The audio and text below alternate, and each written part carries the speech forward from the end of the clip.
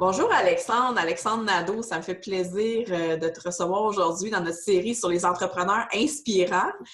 Tu es quelqu'un qu'on admire beaucoup pour le contenu que tu apportes pour les formations extraordinaires que tu as pour ton livre. Mais on t'admire aussi comme entrepreneur. Je pense que c'est un volet de toi qu'on ne connaît pas beaucoup.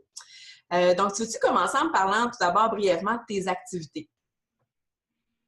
Oui, premièrement, merci pour cette entrevue-là parce que c'est vrai qu'il n'y a habituellement jamais personne qui me pose de questions sous cet angle-là. Moi, mes activités, j'en ai plusieurs, mais mon activité principale, c'est vraiment donner des formations. Puis, entre-temps, parce que j'en donne pas beaucoup, c'est que je fais de la recherche puis je crée des nouvelles techniques qui est assez rare dans le domaine. Fait que moi, la majorité de mon temps, c'est de la recherche puis des cobayes. puis des techniques que personne ne connaîtra jamais parce que ça fait rien. Puis quand il y a une technique qui a vraiment des résultats extraordinaires, ben je fais des tests que j'appelle de sécurité. Autrement dit, je fais des suivis, voir que ça va bien pour les gens. Puis quand je suis satisfait de mes tests, j'en ai plein. Euh, je l'enseigne au grand public, en gros. Fait que c'est ça. Fait que oui, j'ai un livre, oui, je suis auteur. Oui, tu sais, des fois, je donne, je pense que j'ai donné 4 conférences dans les 10 dernières années parce que c'est pas ça que je fais. Je donne surtout des formations. Fait que c'est atelier, formation, mais la majorité de mon temps, c'est de la recherche puis un petit peu d'interaction, là, infolette, Facebook. Ça, c'est intéressant. Justement, il y a plein de gens qui sont dans le domaine du développement personnel, mais toi, tu es un pionnier.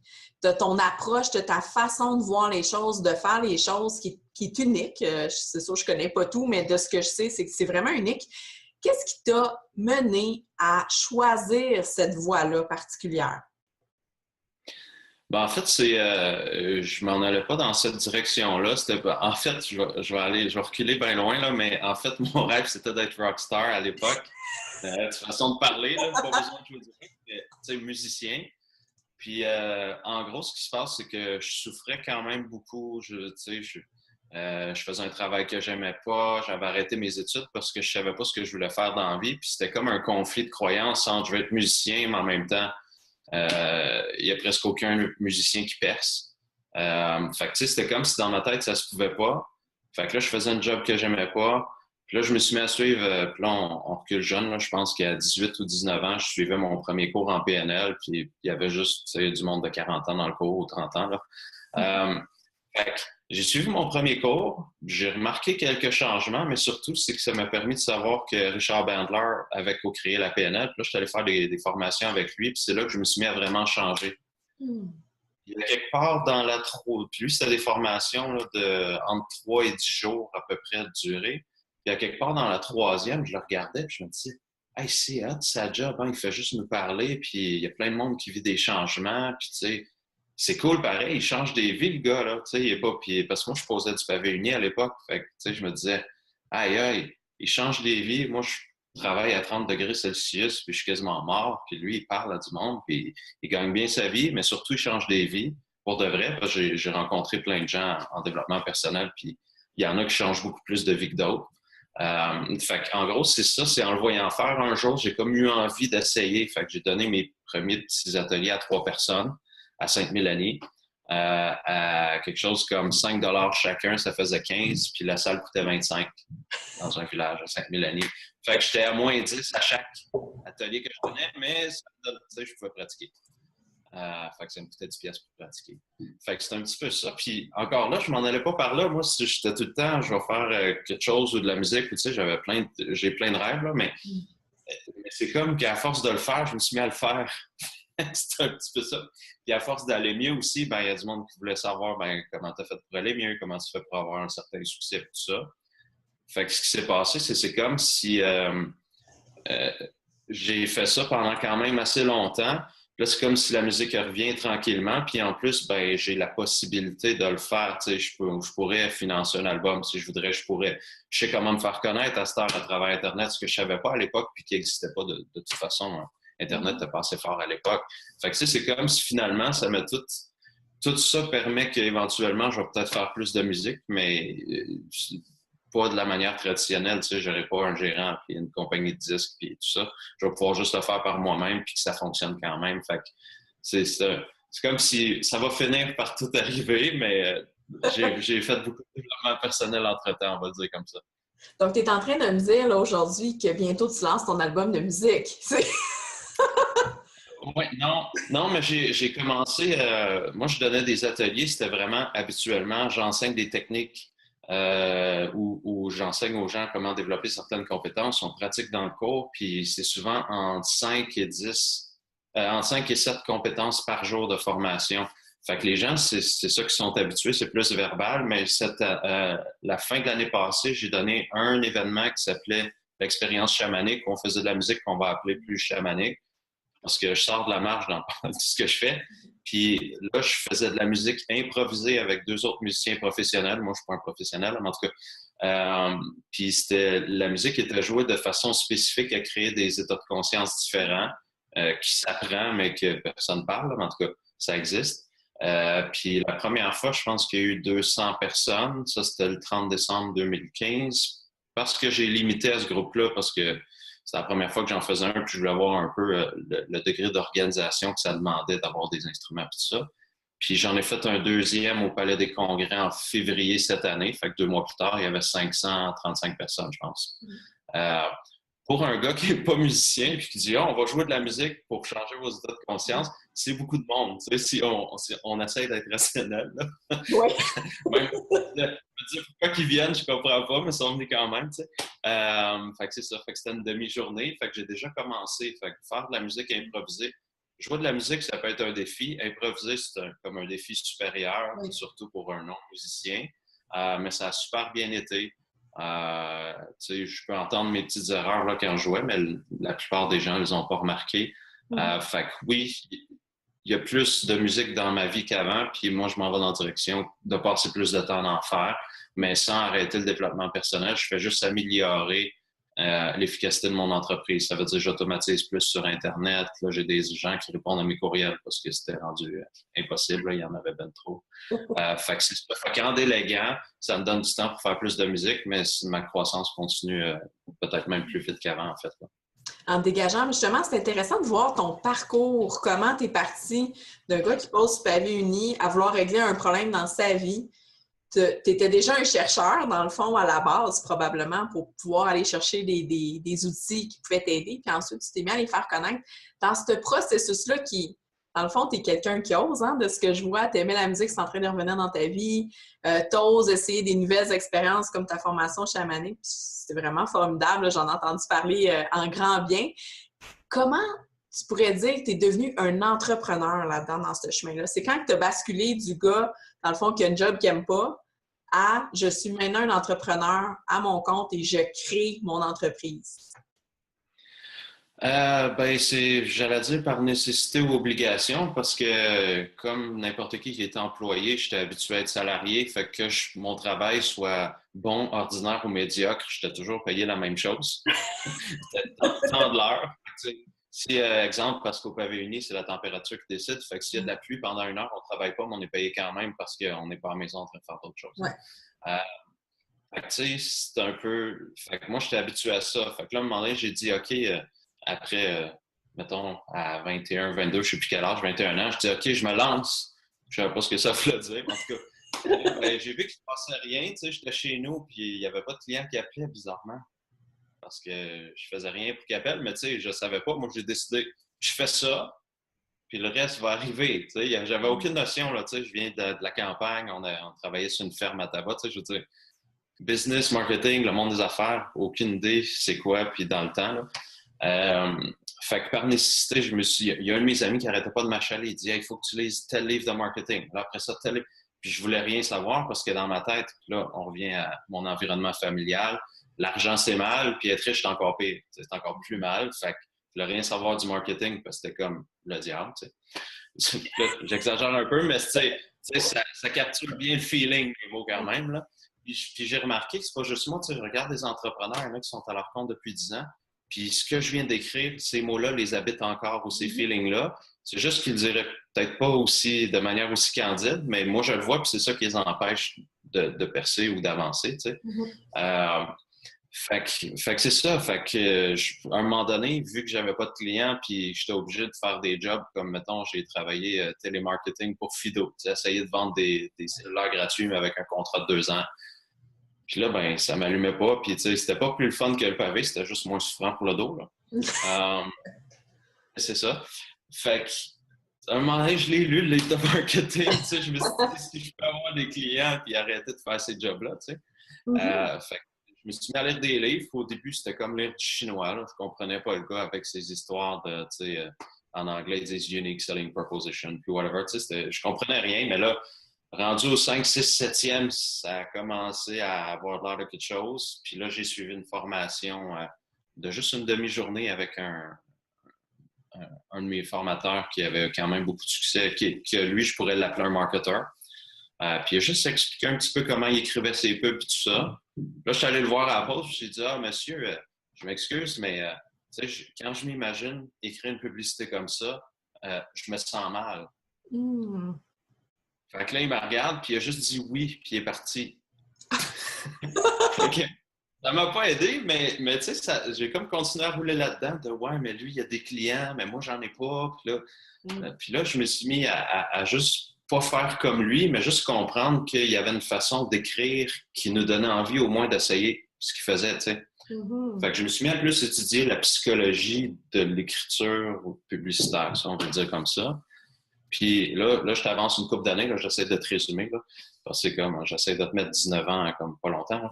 À un moment donné, ce qui m'a fait faire la paix avec le marketing, puis c'est plus devenu le diable, parce que là, j'avais quand même mon système de croyance de jeunesse de campagne, c'est qu'à un moment donné, je me suis dit, ben eux autres, c'est vrai que la plupart font ça pour l'argent, je m'excuse de le dire, mais beaucoup de formateurs américains, j'y regardais, puis ils promettaient la lune, puis on faisait le cours, puis on n'avait même pas un morceau de roche, là, tu sais. Puis ça coûtait, mettons, 5 000 $. Fait que c'est sûr que je voulais pas imiter, entre guillemets, ce genre d'affaires-là, pas juste pour l'histoire de mes croyances, mais parce que je trouvais, c'est comme, tu charges bien trop cher pour ce que tu donnes, puis comparé à ce que tu as vendu dans ma tête, là. Tu sais, mettons, j'ai perdu bien de l'argent, là. Fait que j'étais pas à l'aise, puis vu que c'était eux autres les modèles de marketing, ben, j'étais comme, ouais, mais là, je peux pas faire ça, tu sais, c'est comme, excusez l'expression, fourrer le monde, même si c'est payant, ça me tente pas pareil. Fait que là, à un moment donné, j'ai fait la paix avec tout ça en ayant juste un flash, ou on va appeler ça une pensée, mais différente de d'habitude, qui était ouais, mais si j'utilise les mêmes stratégies qu'eux autres, mais au lieu de les utiliser uniquement dans le but de faire de l'argent, moi, je les utilise juste pour aider plus de monde. Tu sais, au lieu de 3 personnes dans ma salle, s'il y en avait 50, puis que, mettons, j'en aide 75 ben 75 de 3, c'est bien moins que 75 de 50. Fait que moi, c'est ça qui me réconciliait avec le marketing, puis c'est là que j'ai commencé à appliquer certaines stratégies, mais tout le temps avec cette optique-là de moi, je fais ça pour changer des vies, le marketing, puis c'est encore ça aujourd'hui. C'était juste OK, mais s'il y a 1000 personnes dans la salle, ben, puis j'en aide encore 75 exemple, ben, je viens d'aider bien plus que s'il y en a juste 50. T'sais. Fait que moi, c'est un peu comme ça que j'ai joué avec ça. Puis, tu sais, c'est pour ça que les gens ne me voient pas faire des lancements orchestrés avec 4 vidéos, avec plein de partenaires qui font de la promotion infinie, avec des bonus. Là, ils se font la guerre des bonus pour savoir lequel qui va avoir le plus de ventes puis de commissions. Tu sais. Ben, je fais pas ça parce que ça, c'est une business, c'est un modèle. Tu sais, tu veux un cours de 3 jours à 1000 ou 2000 pièces, puis là, il y a 500 personnes, ça fait un demi-million d'un coup, tu payes tes partenaires, c'est fini. Tu sais.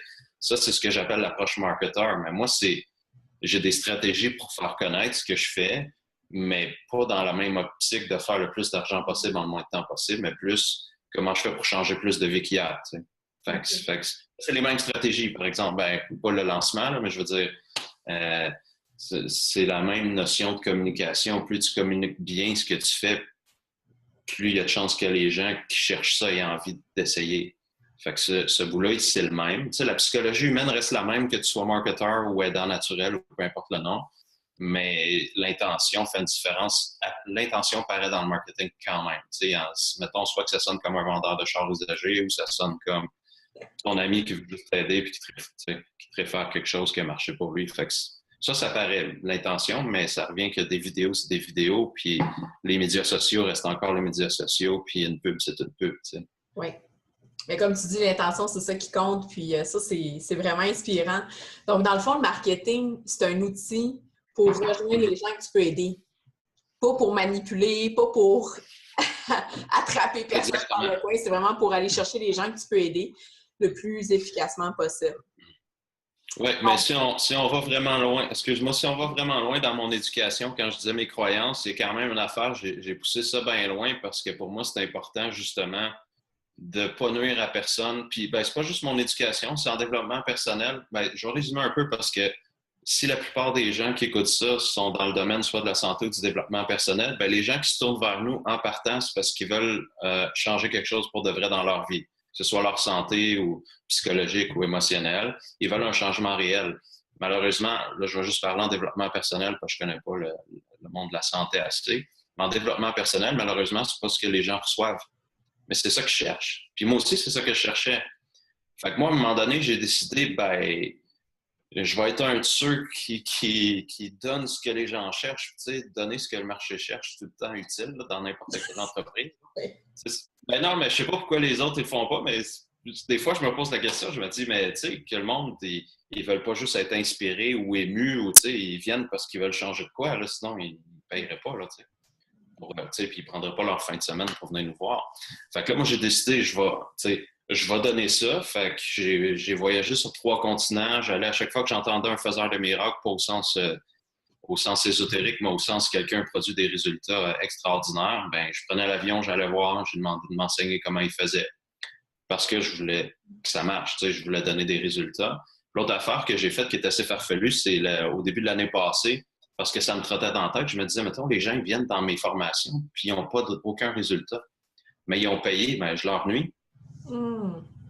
Fait que là, avec cette réflexion-là, l'année passée, j'ai créé une garantie à vie. Puis là, j'ai dit ça dans mon infolette sur Facebook. Puis là, j'ai eu plein de professionnels qui disaient, oui, mais tu peux pas faire ça parce que là, tu leur enlèves leurs responsabilités, puis tout plein d'affaires. Fait que, tu sais, il y a eu plein de gens contents, puis d'autres comme pas contents, puis pas sûr pour les raisons, mais en tout cas.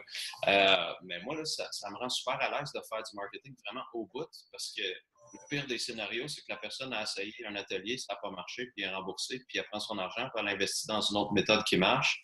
Puis je le fais parce que je sais qu'il n'y a aucun système qui a 100% de réussite. Fait que c'est sûr qu'il y en a pour qui ça ne marchera pas dans la salle.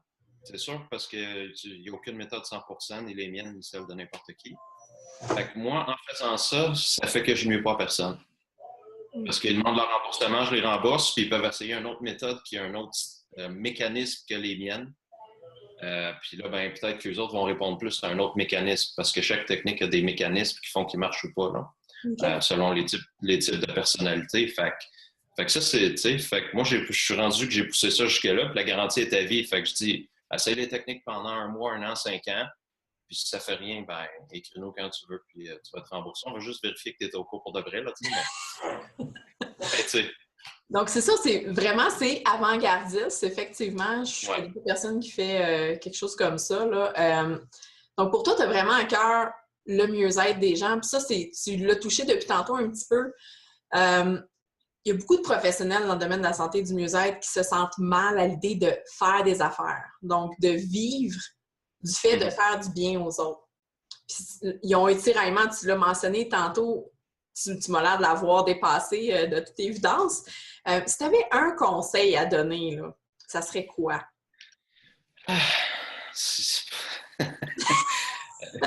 Oui, ben, c'est parce que je vais tout le temps répondre à 2 niveaux à tes questions. Je vais répondre au niveau qu'habituellement un conférencier répondrait, qui serait un conseil, puis après, je vais répondre ce que j'appelle la vraie réponse, que si on le fait, ça va changer. Okay. Désolé pour les conférenciers, je ne voulais pas le dire de même, en tout cas. C'est que un conseil, c'est juste une information qui rentre dans la tête de la personne, puis souvent, elle va l'oublier pas longtemps après, ou elle va l'écrire, puis après, elle va pas relire sa note, puis elle s'en rappellera plus. En tout cas, ça ne va pas changer une vie. Moi, ce que j'ai fait, puis ça, je peux dire que c'est pas si compliqué, c'est que j'ai changé les croyances, puis j'ai défait des conditionnements. Ça veut dire le feeling que je me sentais mal d'avoir des revenus, je l'ai défaite avec des techniques. Les croyances, je les ai défaites avec des techniques. Puis ça, il y a plein de méthodes qui font ça. Il y a la PNL, il y a le EFT, il y a l'EFCO, la méthode l'EFCO, que la plupart des gens ne connaissent pas en français, mais qui est plus connue aux États-Unis, qui défait les croyances. Puis qu'est-ce que ça fait quand on défait une croyance? Bien, la réalité est exactement pareille comme avant. Mais on peut faire des choses qu'on n'était pas capable de faire avant parce qu'on se sentait mal, parce qu'on n'osait pas, parce que, tu sais. Fait que quand on change la croyance ou le conditionnement émotionnel, le feeling, autrement dit, ben là, écrire la publicité d'une façon qui est efficace, c'est plus un problème, on fait juste le faire. Parler devant un groupe, c'est plus un problème, puis dire qu'on a un cours qui s'en vient, on fait juste le faire, tu sais. Avant, on hésitait, puis finalement, on ne le disait pas, puis là, il n'y avait personne qui s'inscrivait, tu sais, bon, de base. Fait que c'est ça que j'ai fait. Fait que, tu sais, il n'y a pas de magie ou il n'y a pas. Puis, fait que le conseil, ce serait, ben, changez vos croyances pour de vrai avec une technique qui fait ça pour de vrai. Puis, tu sais, défaites les feelings pas le fun, comme les doutes, puis les peurs, puis qu'est-ce qu'ils vont penser si, tu sais, peu importe, là. Puis, quand on défait ça, ben, agir devient juste, c'est une évidence. Parce que, tu sais, si mon but ou mon rêve, ou, tu sais, c'est de changer des vies, puis je le fais pas, ben, c'est bizarre, c'est mon, tu sais, ça me tient à cœur puis je le fais pas. Ben, pourquoi? Ben, parce que j'ai peur, parce que je doute, ou peu importe, là. Ben, si t'enlèves ça, si t'enlèves la peur puis le doute, il reste quoi? Ben, rien, je fais juste le faire. Donc, c'est ça. Fait que c'est ça que ça fait, tu sais. Fait que c'est la réponse pratico-pratique, c'est ça. Puis il n'y a pas de, tu sais, le conseil, mettons, juste dire, ben, fais juste passer à l'action. Fais juste passer à l'action. J'appelais ça la méthode Rambo dans le temps. Ben, ce conseil-là, on le sait qu'il est vrai, parce que si je passe à l'action, il va se passer de quoi? Mais on le fait pas pareil. Fait que, il est vrai le conseil, mais il n'est pas utile au sens que ça change de quoi, fait que je le dis plus, tu sais. Je peux juste dire, ben, il faut que tu changes ta patente, la patente en dedans. Puis c'est peut-être une question plus tard, mais je vais le dire tout de suite parce que c'est en lien. Toutes les augmentations de revenus que j'ai faites dans ma vie, je les ai faites après avoir changé des croyances et non pas après avoir fait une stratégie miraculeuse de peu importe là. Parce que les stratégies, souvent, on les connaît ou en tout cas, on les utilise, mais à moitié de leur vraie capacité. Mais après qu'on n'a plus les freins intérieurs, les psychologiques, bon, là, on les utilise pleinement, mais on les savait déjà, tu sais.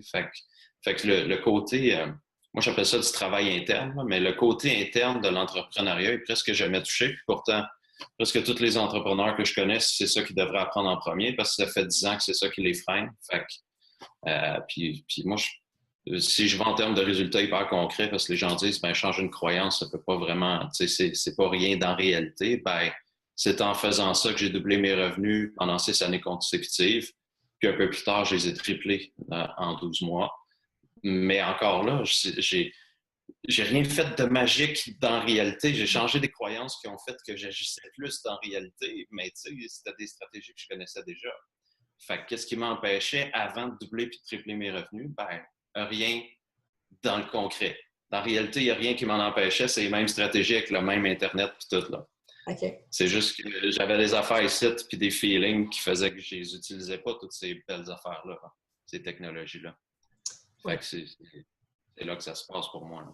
Ouais, tu me fais sourire depuis tantôt parce que c'est un constat aussi qu'on a que les entrepreneurs qui font du développement personnel, qui travaillent justement sur leurs croyances, réussissent beaucoup mieux. Ça va de même. Puis je suis contente aussi de t'entendre dire que des conseils, c'est pas ça qui compte, c'est comment on se transforme intérieurement. C'est très, très important. Ce que tu viens de dire, justement, il y a beaucoup de chercheurs de conseils qui cherchent des solutions toutes faites. Qui essayent d'appliquer à leur entreprise. C'est un peu avec ça que tu as commencé de toute façon, hein, quand tu es allé voir à la porte là, le formateur en disant comment je fais pour faire comme toi. On cherche des conseils. Puis finalement, ce qui t'a vraiment transformé, ce qui a fait de toi un entrepreneur avec beaucoup de succès, c'est comment tu t'es transformé comme personne. Au-delà même des techniques que tu utilises. Mais justement, dans les techniques maintenant que tu maîtrises, que tu connaissais, mais que tu avais comme des blocages à appliquer, maintenant, tu n'as plus de blocages à les appliquer, tu les appliques très bien. C'est quoi? C'est quoi qui fait ton succès? Tantôt, tu parlais de super lancement, tu fais pas ça. Tu fais quoi, toi, qui fait que ça fonctionne pour arriver à te faire connaître dans un marché qui est très compétitif?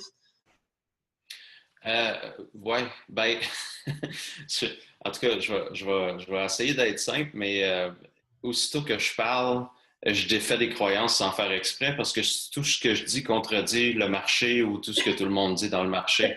Fait que je vais dire quand même, les entrepreneurs font ce qu'ils veulent avec, mais je vais le dire quand même. Premièrement, le marché du développement personnel est super pas compétitif pour une raison simple. Non, c'est vrai qu'il y a beaucoup de professionnels, mais il n'y en a pas beaucoup qui produisent des résultats réels.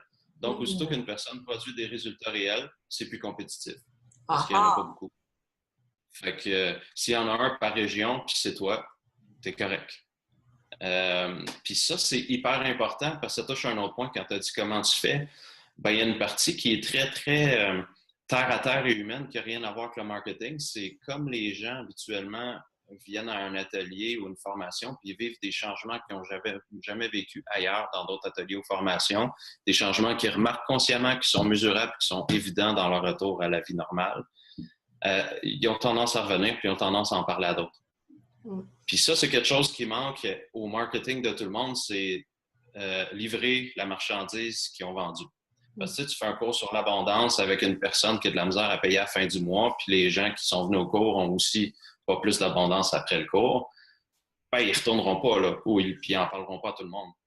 Puis ça, c'est le bout que quand je parlais du développement personnel, je disais, les gens ils viennent pour vivre des vrais changements, puis c'est pas ça que leur est offert. Ben, la personne qui offre ça, je veux dire, elle a quasiment tout le marché pour elle. Là. C'est pas... tu sais, si le bouche à oreille est fort, les gens reviennent, ça veut dire qu'on n'a pas besoin de toujours trouver des nouveaux clients qui vendent parce qu'ils reviennent. Fait que ça, c'est quelque chose que, tu sais, on va appeler ça de la fidélité ou je sais pas quoi, mais les gens, ils veulent changer. Si tu leur donnes ça, puis ça marche. Et s'ils ont d'autres changements qu'ils veulent, ils vont retourner vers toi, tu sais. Puis ça manque beaucoup dans presque tous les domaines. Santé, développement personnel, mais même marketing. Tu sais, les cours de marketing, ben, un marketeur très connu aux États-Unis, Brandon Burchard, si les gens payent son cours à, mettons, 3 ou 5 000 US, je ne me rappelle plus, puis ils sont dans la salle, il va dire, en passant, dans la salle ici présent, il y a juste 3-6% d'entre vous qui vont utiliser ce que j'enseigne, qui vont vivre une amélioration de leur revenu. Là, je me dis, es-tu en train de dire à tout le monde assis dans sa salle, by the way, le système que j'enseigne, puis de la façon que j'ai de l'enseigner, fait qu'il y a un taux d'échec de 94 à 97%, parce que c'est ça qu'il dit, il l'a juste dit à l'envers. Mais il n'y a pas de garantie, fait qu'il est trop tard de payer. Fait que tu souhaites que toi, tu sois dans le 3-6%, mais c'est ça. Fait que 3-6%, c'est très mauvais, mais c'est standard dans l'industrie. Quand il y a un atelier, moi je dirais entre 1 et 7% des gens dans la salle vont peut-être vivre un changement. C'est super bas. Puis quand je dis ça, moi, après chaque exercice ou technique que les gens font dans mes cours, je fais lever la main, savoir qui a vécu un changement, puis le changement, il est défini par la technique. Fait que telle technique est supposée faire ça, telle technique est supposée faire ça. Puis à la fin, je fais lever la main, puis il y a quasiment tout le temps plus que 90% des gens qui lèvent la main en disant « Oui, j'ai vécu le changement » ou un changement prévu par la technique. Ben, quand tu as 90% des gens qui vivent le changement prévu, puis ils en vivent 5 à 7 comme ça par jour, là, ils comparent avec ce qu'ils enseignaient avant, ben c'est sûr qu'il y a mieux ça, là. Mais tu sais, c'est pas un miracle. C'est comme si tu vas voir le garagiste, puis une fois sur 7, la réparation tient. Ben, tu changes le garagiste, tu sais. Puis là, le monde dit, on ne tolérerait jamais ça pour un mécanicien, mais on le tolère en développement personnel, tu sais. C'est pour ça que je dis, désolé, je t'ai fait des croyances en parlant, mais c'est parce que, tu sais, moi, je suis comme gang, même si tu as la meilleure stratégie du monde de marketing, il va falloir que tu en fasses en tabarouette du marketing si tu vas avoir des clients, si tu ne livres pas ce que tu as dit que tu allais livrer, tu sais. Fait que moi, j'ai 80, mettons, chaque technique que j'enseigne a à peu près 90% de taux de réussite, fait que c'est pas 100. Puis si c'est en bas de ça, mettons que je donne 2 ou 3 ateliers, puis il y a juste 70% des mains qui lèvent à la fin de l'exercice, je l'élimine de mes cours automatiquement. Je ne l'enseigne plus. OK. Fait que ça, c'est le premier élément. Pour répondre à ta question qui n'était pas ça du tout, c'est parce que si on n'a pas ça, mais si on n'a pas ça, je veux dire, le succès à long terme, puis même un grand succès est extrêmement difficile. Oui, là, ça peut se faire avec bien du marketing, puis des médias, puis un bon budget publicitaire, mais c'est de la job en tabarouette comparé de si tu livres la marchandise, les gens ils te font ton marketing, puis là, si en plus, toi, tu t'en fais par-dessus, ben, tu sais, c'est encore mieux, là. Fait que ça, c'est le premier. Le deuxième, ben, tout le monde devrait avoir ce qu'on appelle un opt-in, c'est-à-dire, il arrive sur votre site, puis soit qu'il y a un pop-up ou autre chose qui dit « Mets ton courriel ici », puis là, idéalement, on leur offre quelque chose qu'ils veulent vraiment en échange de leur courriel, parce que sinon, ils ne le mettent pas, là. Puis moi, j'ai remarqué que si les publicités sont efficaces, ça veut dire bien écrites ou la vidéo est bien communiquée. Je ne parle pas qu'il est bien fait au montage, mais je veux dire le communicateur fait un bon travail. Ben, la grandeur du réseau de courriel détermine la grandeur des résultats. Fait que 100 courriels, ça ne fait pas la même chose que 1000. Fait que ça, c'est un bout intéressant qu'on va appeler la grosseur du réseau. Puis cette pièce-là est limitée par le bout d'après qu'on va appeler ce que les gens appellent conversion. Ça veut dire sur le nombre total de courriels, il y en a combien qui achètent vraiment. Puis encore là, on va s'en aller.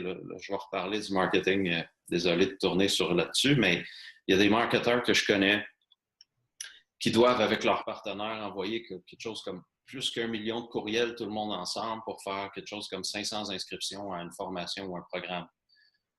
Fait que là, dans la réalité, on dirait que le taux de réussite de leur système de publicité est comme 0,00005%.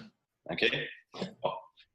C'est ce qui devrait être considéré très mauvais, mais comme c'est beaucoup de monde, puis le prix est cher, puis tout, ben, ils font beaucoup d'argent, ça a l'air d'un énorme succès, puis c'est de même que c'est communiqué dans leur marketing. Je fais tant par année, puis bon, c'est un gros succès. Ben là, moi, j'arrive avec mon petit réseau de 6000 courriels, pas 1 million, là, 6000, puis je suis capable d'avoir 500 personnes dans une salle pour une fin de semaine, puis mettons, pour un payer ce que vous voulez, je suis capable d'avoir 1500 ou peut-être 2000 cette année, on va voir. Mais sur 6000 courriels, tu sais, fait moi, mon taux de réussite, au lieu d'être 0,0005%, c'est quelque chose comme entre 3 et 7. Mm-hmm. Et pourquoi c'est important? C'est parce que si un jour je me rends à 1 million de courriels, même si je ne reste pas à 3 à 7%, ben, je vais sûrement réussir à me maintenir à 1. Ben, 1% de 1 million, c'est beaucoup plus que 0,0005. Fait que je peux changer plus de vie. Fait que, tu sais, c'est comme 3 morceaux. Fait que mes 3 morceaux, c'est tu livres-tu vraiment la marchandise que tu as vendue? Puis sinon, soit rends ta publicité un petit peu moins extrême, autrement dit, pour qu'elle fitte avec ce que tu donnes vraiment, ou améliore ce que tu donnes pour que ça fitte avec ta pub. Fait que, est-ce que tu livres vraiment ce que tu as vendu? Ça, c'est tout le temps le morceau 1. S'il n'est pas là, je trouve qu'on travaille dans le vide, ou en tout cas, mais dans le sens, je trouve pas ça intègre en partant, là, mais ça, c'est discutable selon. Là. Les marketeurs ne me disent pas ça, mais. Fait que tu livres-tu ce que tu as dit que tu allais livrer? Oui. OK. Est-ce que tu as de plus en plus de courriels? Oui. Puis là, numéro 3, c'est il y en a combien qui achètent? Puis là, ben, le but, c'est d'améliorer tout le temps ces 3-là. Puis n'importe qui améliore ces 3-là, s'il ne double pas ses revenus à chaque année ou le nombre de clients, mettons qu'on ne compte pas en revenus, ben, il y a quelque chose qui ne marche pas dans son système, selon moi. Avec Internet aujourd'hui, ça serait impossible de ne pas doubler notre entreprise à chaque année. En tout cas, je ne vois pas comment on peut pas. Je ne suis pas capable d'imaginer pas doubler. Peut-être une mauvaise année, je ne sais pas, là, mettons, l'économie va plus loin qu'un crash, là, mais sinon, je ne suis pas capable d'imaginer ça dans ma tête. Là, fait que ça, c'est des questions à se poser. Je parle à des gens, puis ils me disent qu'ils ont une croissance de 10% par année. Puis je me dis, ben, soit tu ne livres pas ce que tu as vendu, soit que tu n'as jamais de nouveaux courriels, ou soit que ta conversion est vraiment basse, ou les 3. Puis là, les 3, c'est encore moins bon, mais en tout cas, ouais, fait que c'est ça. Fait que c'est simple. Hein? Là, je l'explique. Si la personne comprend c'est quoi livrer la marchandise, puis avoir des courriels, puis de la conversion, ben, tu sais, j'ai pas besoin d'aller en détail. Il y en a qui sont vraiment, tu sais, qui commencent, puis n'ont aucune idée de ce que je parle, là, mais on pourra détailler, mais ça revient à ça, tu sais. Avec Internet, puis Facebook, c'est super le fun, mais moi, à nombre d'abonnés égal sur Facebook que d'abonnés à mon infolette, Facebook habituellement produit le tiers de résultats de mon infolette. Fait que Courriel est encore gagnant ou champion de loin en termes de mouvement réel ou de résultats réels dans mon expérience. Facebook, ben, c'est un outil, c'est un chemin différent qui peut se multiplier avec les partages, mais je suis encore en train de l'apprendre. Pour l'instant, ça n'a pas réussi à égaler les courriels pour moi. Là. OK. Ben merci.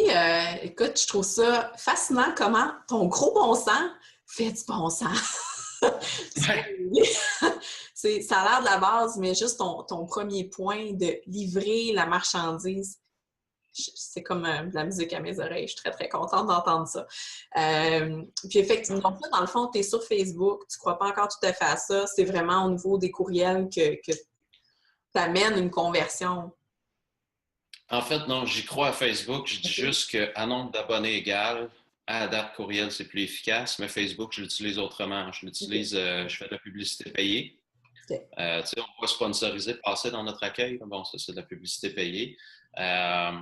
Facebook, c'est différent. Ce qui est intéressant, c'est qu'on peut mettre des pixels de conversion. Puis, mettons que tu mets mettons, j'ai un atelier à 300 $. Là, je mets 100 $ de publicité payée pour 24 heures. Puis Facebook, avec le pixel, il peut déterminer que j'ai eu une inscription. Oui. Ben là, je viens de payer 100 $ pour faire 300. Ou si c'est ça, aussitôt que j'ai du 3 pour 1 finalement, je mets plus. Fait que je vais mettre 200 ou 300 en 24 heures. Puis là, si j'ai 2 ou 3 inscriptions, je vais en mettre 500. Parce que je fais toujours. C'est comme si tu disais à quelqu'un, ben, si tu mets une pièce dans une machine, elle te donne 3, puis si tu mets 1000, elle te donne 3000, ça te tente-tu? Ah non, je suis mal à l'aise, tu sais, avec le fait d'en recevoir, tu sais. Bon, mais c'est ça. Ben, il y en a que c'est ça aussi, là, mais puis, moi, je continue jusqu'à ce que ça sature, parce que Facebook, quand tu détermines, Facebook, c'est génial parce que tu peux choisir à quel endroit les gens vont voir à l'exclusion de tout le reste. Tu peux choisir l'âge, le genre, tu peux choisir les mots-clés. Fait que, tu sais, moi, ce serait développement personnel, spiritualité, alouette. Marketeur, ça serait d'autres choses, tu sais, marketing, abondance, argent, peu importe. Fait que si la personne, elle a mentionné ça ou elle a fait des recherches sur Google avec ces mots-là, ben là, elle va le voir. Fait que, tu sais, Facebook permet de cibler des gens vraiment pointus qui coïncident avec ce que tu fais. Fait que c'est génial, sauf qu'il faut quand même tester la publicité puis s'assurer qu'on n'est pas dans du 1 pour 1 où on paye une pièce puis il en revient 50 cents, mettons. Fait que c'est un outil génial pour aller chercher des clients qui ne me connaissaient pas puis que je ne connaissais pas puis qui ne m'auraient jamais vu autrement.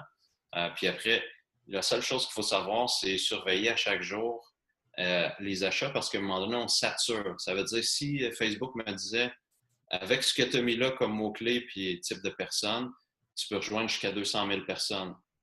Ben, selon le budget qu'on met, en une semaine, on peut passer le 200 000 personnes. Puis si on continue à mettre de l'argent, mais là, il ne se passe plus rien à part qu'on paye. T'sais. Fait qu'il faut juste suivre. J'ai fait le tour de tout le monde que je pouvais faire le tour pour ce sujet-là. Puis là, j'arrête. Je désactive la publicité. Mais c'est génial. Là. Moi, j'ai rien à dire. Ça a participé au fait que l'année passée, j'ai pu tripler mes revenus. C'est beaucoup grâce à Facebook. Ouais. Juste par courriel, ça aurait été moins. Fait que moi, c'est une synergie, en fait, éventuellement. Je vais utiliser YouTube puis d'autres. L'idée, c'est plus qu'il y a de systèmes simultanément qui te font connaître à des nouvelles personnes qui ne te connaissaient pas, plus que la croissance est rapide. Ouais. C'est juste que, encore là, il faut que tu livres la marchandise. Oui, c'est ça. Tu donnes ce que tu vends, puis ton réseau de courriel grandit, puis aussi ben, la conversion, autrement dit, le nombre de personnes qui achètent reste quand même assez élevé. En marketing, assez élevé, ça veut dire 1% et plus. 1%, c'est considéré normal, la moyenne. En bas de 1%, c'est considéré pas très bon dans le sens que c'est beaucoup de job pour faire un revenu. Puis en bas de 0,01, les marketeurs connus c'est ça qu'ils ont souvent, ben là, c'est considéré pas super bon, sauf que sur le volume, ça fait beaucoup de revenus. Tu sais, mais moi, je le regarde aller, là, c'est un marathon, faire des lancements orchestrés, là. Toujours trouver des nouveaux partenaires pour avoir des nouveaux clients, parce que c'est le même programme à tous les ans, fait que les gens ne le rachèteront pas, ceux qui l'ont fait, il faut trouver des nouveaux clients. Puis là, ben, fait que c'est toujours de la prospection, tout le temps, tout le temps, tout le temps. Je trouve que c'est une façon de faire plus épuisante. C'est pas le bout nécessairement le fun, la prospection, s'il faut le faire tout le temps. Ou si c'est pas automatisé sur un site. Fait que c'est ça, mais c'est un peu ça. Décider de faire le même programme, toujours avec les mêmes clients, tout ça, ça veut dire que ça prend toujours des nouvelles personnes. Puis là, ben, ça prend des nouveaux partenaires parce que les autres ont déjà épuisé leur réseau, etc. Ouais. Ça finit pas là. Donc, dans le fond, nous, on a la même approche. Il n'y a pas de problème de trafic. Il y a un robinet à trafic, il suffit de savoir comment le tourner. Comme Facebook, c'est un robinet à trafic, dans le fond, ce que tu fais avec Facebook. Oui, c'est ça. La vraie difficulté, c'est d'avoir de quoi à livrer qui répond aux attentes du client. Donc, le faut permettre toujours à ça, là, c'est d'être capable de répondre, ton fameux point 1, de répondre aux besoins du client. En même temps, tu sais, on dit que c'est le problème, mais ça ne l'est pas parce que la moyenne des professionnels dans n'importe quelle industrie, ça devrait être ceux qui ne nous intéressent pas. Parce que c'est ceux qui ont soit peu ou pas de succès. On appelle ça la moyenne dans tous les domaines. Là. Fait que les seules personnes qui devraient nous intéresser, c'est les exceptions. Puis après, on va voir qu'est-ce qu'ils font, c'est quoi qu'ils enseignent, puis c'est quoi la patente.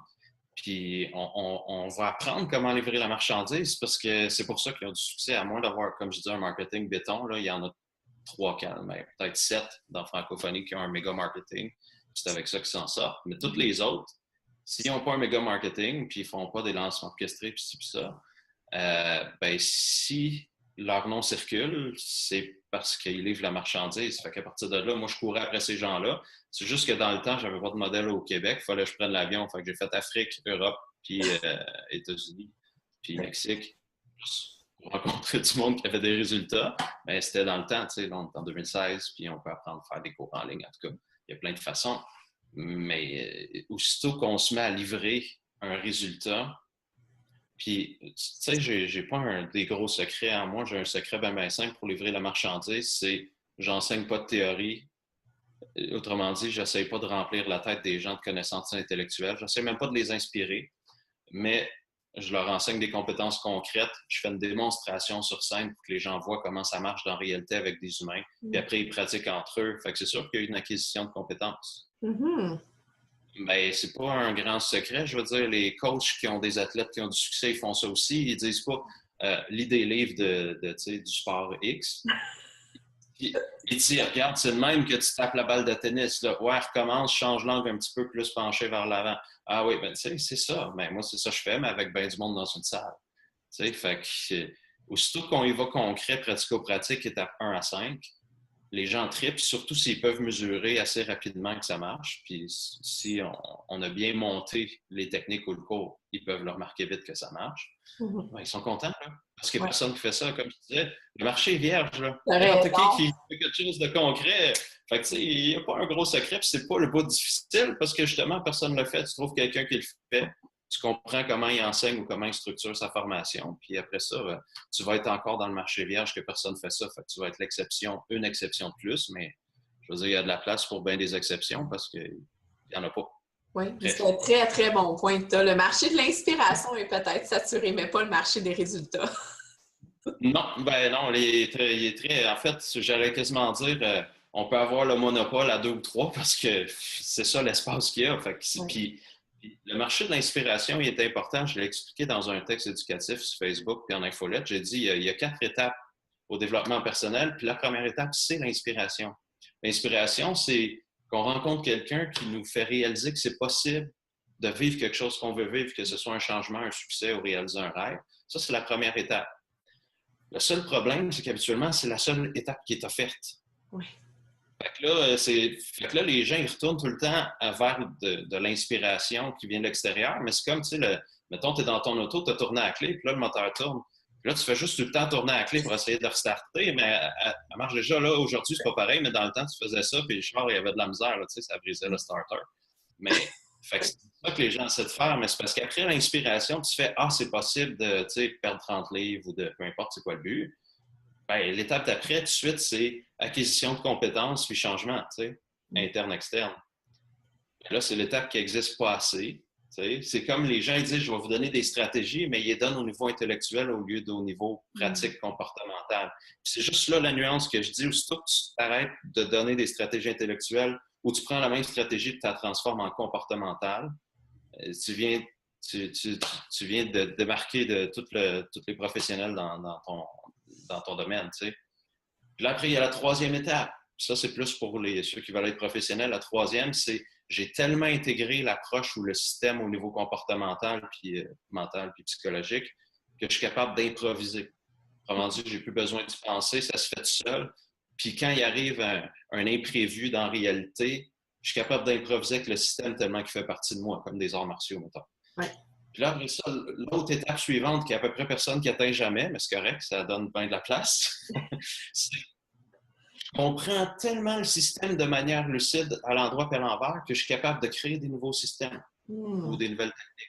Ça, ben, ça n'existe presque pas. Fait qu'encore là, mais la personne qui crée des nouvelles techniques, c'est le fun parce qu'il n'y a pas de compétition.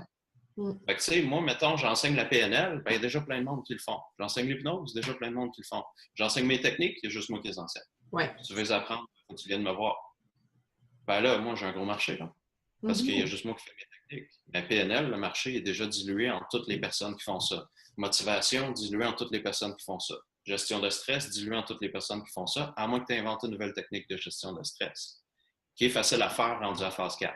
Ouais. On peut inventer une technique, c'est aussi facile qu'écrire des chansons pour quelqu'un qui a intégré un système d'écriture de chansons, soit spontanément, ça veut dire sans faire exprès, ou soit parce que ça y a été enseigné. Après ça, ils peuvent écrire des chansons, puis là-dedans, il y a des hits. Mais pas de système, la personne écrit un hit, on n'entend plus jamais parler après. C'est vraiment intéressant, dans le fond, voir l'approche. Ce que tu décris, c'est que tu te diriges vers la maîtrise de plus en plus. Une fois que tu es maître, là, tu peux créer, tu deviens un créateur. Oui. Donc, moi, Puis c'est... un créateur, il y a toujours de la place pour le créateur parce que justement, chaque être humain est unique. Fait qu'aussitôt que tu tombes en zone créateur, ce que tu crées n'a pas le choix d'être unique parce que ça vient de toi et tu es unique. Fait qu'il n'y a pas de compétition jamais. En fait, si les gens arrêtaient de se copier les uns les autres, il n'y aurait juste pas de compétition dans aucun domaine. Au sens où il y aurait plusieurs professionnels, mais vu qu'on fait toutes des affaires uniques, ben là, les gens qui cherchent ce que moi je fais, ils vont venir vers moi. Mais ceux qui cherchent le truc spécial que tu fais, ils vont aller vers toi. Et ainsi de suite. Sauf que les gens se copient beaucoup. Fait il y a une saturation et de la compétition. Mais dans la réalité, elle ne devrait pas exister parce qu'on est tous uniques.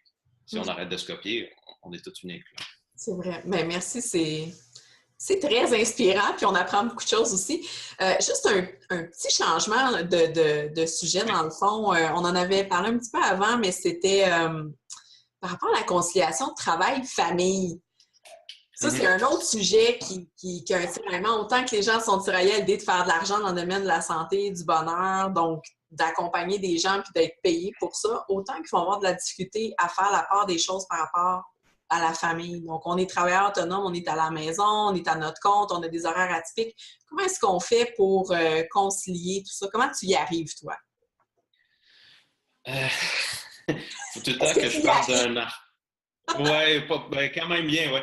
Faut encore que je mette un contexte différent de ce que les gens connaissent, parce que sinon ma réponse n'aura aucun sens. Là. Mais ce que je vois beaucoup, c'est que les travailleurs autonomes avant avaient un job. Ouais. Puis malheureusement, ils étaient tellement conditionnés à un job qu'on dirait qu'ils se sont recréés un job. Autrement dit, ils travaillent plein d'heures, ils travaillent trop, ils sont tout le temps en train de courir. Puis là, je me dis, ben, le but d'être travailleur autonome, c'était pas d'avoir une vie, tu sais, au début. En tout cas, moi, c'était ça, là, entre autres. Euh, Fait qu'à un moment donné, il faut comme, puis là encore là, soit avec des techniques ou autres, mais il faut comme réussir à se sortir ou se déshypnotiser de la mentalité d'employé, puis dire, OK, c'est quoi une entreprise comparée à être employé? C'est quoi la différence ou au travail autonome? C'est quoi la différence? Ben, la liberté, ouais, mais tu l'as-tu? Parce que là, tu travailles 70 heures semaine, j'appelle pas ça clip, là, en tout cas. Fait que là, le monde font, ouais, ben c'est ça, tu sais, l'idée, c'est qu'est-ce qu'on peut faire pour se libérer maintenant qu'on est, on va appeler ça qu'on a le contrôle sur ce qu'on fait. Ben, il y a plein de choses. Internet peut automatiser des affaires là, qui avant demandaient des secrétaires employés ou peu importe. Il y a beaucoup de choses qui peuvent être automatisées. Ça sauve du temps. Mm-hmm. Puis l'autre truc important, c'est que justement, on peut engager puis déléguer. Et puis, puis ce qui est le fun, c'est qu'il y a plein d'humains qui cherchent un travail, même 3 heures par semaine, juste pour un petit revenu d'appoint. Puis nous autres, on a juste besoin de 3 heures par semaine d'aide. Ben, ça revient à ça, tu sais, ça revient. Moi, à un moment donné, je me suis juste demandé, ben, est-ce que je gagne plus de l'heure qu'une personne que j'engagerais? Si la réponse est oui, il faut que je l'engage tout de suite, parce que ça va me libérer pour faire les tâches les plus importantes, tu sais. Mm. Fait qu'aussitôt qu'on dépasse de, mettons, 5 de l'heure, tu sais, mettons, je gagne 5 de l'heure de plus que la personne que j'engagerais, je devrais l'engager, mais les gens disent, ça ne vaut pas la peine pour 5 pièces de l'heure. Ben oui. Parce que si toi, ce que tu fais de mieux, c'est ton marketing, mais là, tu n'as pas le temps parce que tu réponds à des courriels, ben le 3 heures que tu gagnes par semaine, il ne te rapporte pas juste 15 il te rapporte tout le 3 heures de marketing que tu fais en plus. Puis là, après, tu dis crime. Ça fait une grosse différence. Je vais l'engager 6 heures ou je vais engager quelqu'un d'autre, tu sais, de plus.